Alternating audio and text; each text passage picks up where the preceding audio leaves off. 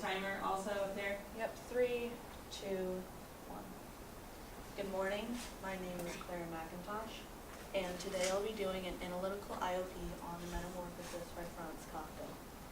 So I've passed out a reference sheet that explains some of the terms that I'll be using during my presentation. If you'll refer to that now, I've given definitions of the following: Brotberuf, socialism, libertarianism, and anarchy. My thesis statement: to demonstrate how the socio-political landscape of the Czech Republic and different ideologies during the time in which Kafka wrote the Metamorphosis influenced the viewpoints and the situations of the book. So what was Kafka's environment? I don't mean in just a physical sense. I mean, what were the factors, the ideologies, social pressures that affected who he was, who he became, and what he created. So, some background information on the Czech Republic. Known then as Bohemia and known today as the Czech Republic, it is a small nation in Central Europe, and during Kafka's lifetime was a part of the Austro-Hungarian Empire. The significance of the Austro-Hungarian Empire, while being relatively small in comparison to other factors, is still there as it affected both the economy and education that surrounded Kafka. The official language of the Austro-Hungarian Empire was German, which had a real but also psychological impact on him and his later writings. Although he and his family spoke Czech at home, German was the language of formal schooling, business, and governmental authority. While he was encouraged by his family to use German, the impact of which seems to be that his cultural heritage and language were somehow lesser than the German-speaking society that engulfed him. The influences of family. One of the strongest influences in Kafka's life was undoubtedly his family. His father was domineering and expectant of him, coercing him into a profession he had no love for.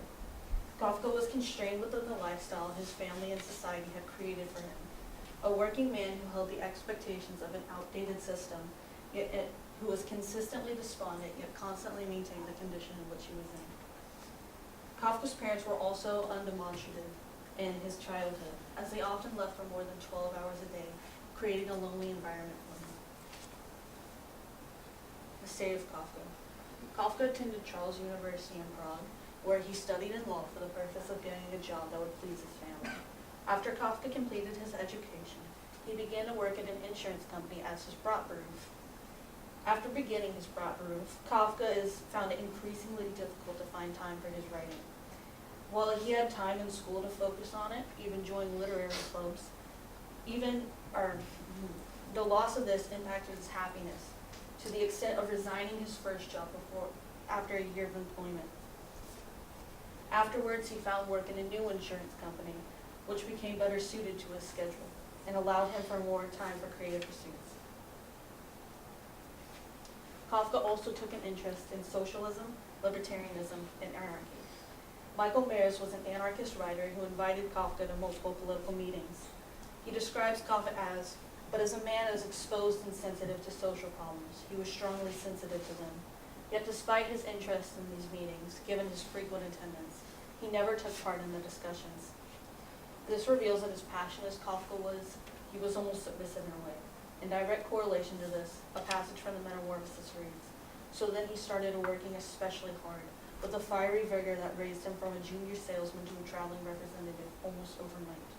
They had even gotten used to it, both Gregor and the family. They took the money with gratitude, and he was glad to provide it, though there was no longer much warm affection given in return." This quote embodies Gregor in the sense that, as much as he cared for his family, true interaction with them had begun to fade away.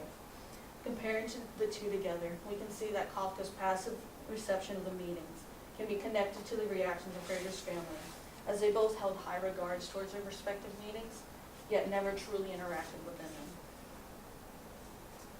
So how does this pertain to the Metamorphosis? Now that we have a better understanding of some of the factors that help shape Kafka, let's take a look at how they correlate to the story. Gregor's circumstances. If I hadn't had my parents to think about, I'd have given in my notice a long time ago. On this slide, there's a brief summary of the Metamorphosis.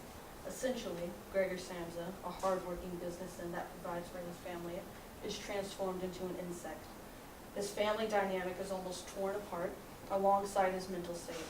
And at the end, he is literally swept under a rug as his parents moved on to leech off of his sister instead. So comparing Kafka's world to Gregor. In politics, patriarchal expectations, men are expected to provide for their family. Gregor takes a job that he never wanted to do, as well as Kafka. Being a man, he was expected to work and never rise above a certain station in that work. He was expected to work and be happy. While both Gregor and Kafka have brought proof, Gregor can't see beyond his circumstances. Due to the transitory nature of his job as a traveling sales representative, Gregor's interactions with others are brief and never bloom into full, meaningful relationships. In comparison, there are many who admired Kafka, and he had exterior relationships outside of his family. In politics, Kafka immersed himself into new, emerging political ideologies, admiring and examining their permutations. Meanwhile, Gregor is devoid of any political interest outside of his own world of work and family. Kafka is a man of his time. He adheres to the socio-political norms as most do. Gregor's story is more than a perspective of history. It is allegorical in the sense that the story can be switched to any time period and still be relevant. While Gregor is triggered into his descent as a physical manifestation, Kafka is a mental one. In late 1911, Kafka started an asbestos factory, and for a while he was happy about his state, transitioning out of his brought roof shortly after he wrote The Metamorphosis. So, Gregor's descent and Kafka's ascent. Kafka explores other ideologies outside of his world, such as socialism, libertarianism, and anarchy, literary freedom, so on and so forth. Gregor's world progressively becomes smaller. First, he is condemned to his house, then his room, then eventually to only the dark recesses of corners as it becomes cluttered and filthy. Kafka's world expands as he grows in confidence as a writer, yet Gregor's world began to shrink as, for this reason, many things had become superfluous, which, although they could not be sold, the family did not wish to discard. All these things found their way into Gregor's room, even the dustbins from the kitchen. So, a metaphorical comparison. In this quote, a metaphor can be derived in comparison to Kafka's viewpoint upon the society in which he lived. As Kafka's with a kind of stubbornness, Gregor's father refused to take his uniform off. As Kafka's socio-political views evolved over time, he could have noted that the refusal of change within his society. The uniform had not been new to start with. As already being under influence of the Austro-Hungarian Empire, the culture that was adopted into his environment was already born. All the stains on his coat, with its gold buttons always kept polished and shiny. The problems which clearly stained the world around him were prominent, and yet the exterior was always kept gold. Kafka's socialist views could be reflected here, as he comments on the current uniform with disdain. The uniform represented a way of life that Kafka expressed needed to be more modern. Finally, while the old man in it would sleep, highly uncomfortable but peaceful. While the elders of society might have been well aware of the problems within it, they slept peacefully regardless, displaying a certain level of apathy for the societal quagmire that they inhabited. My conclusion. In conclusion, we can see how superficially Gregor's story mirrors Kafka's actual life experiences, and that Kafka was writing what you know. However, the true metamorphosis is actually one of a transformative journey outside of the confines of normal expectations.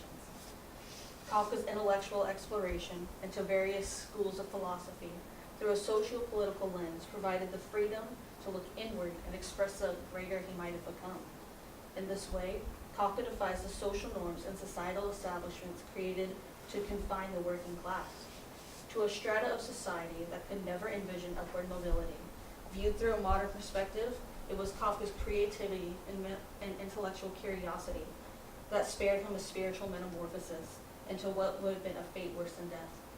If he had internalized others' expectations for him, as in the name of Gregor, nor the author himself would be remembered today, and the name of Franz Kafka would be relegated to a room that history forgot.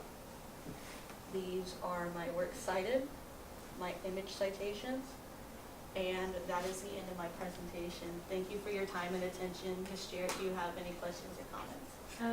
I don't, thank you. All right, thank you.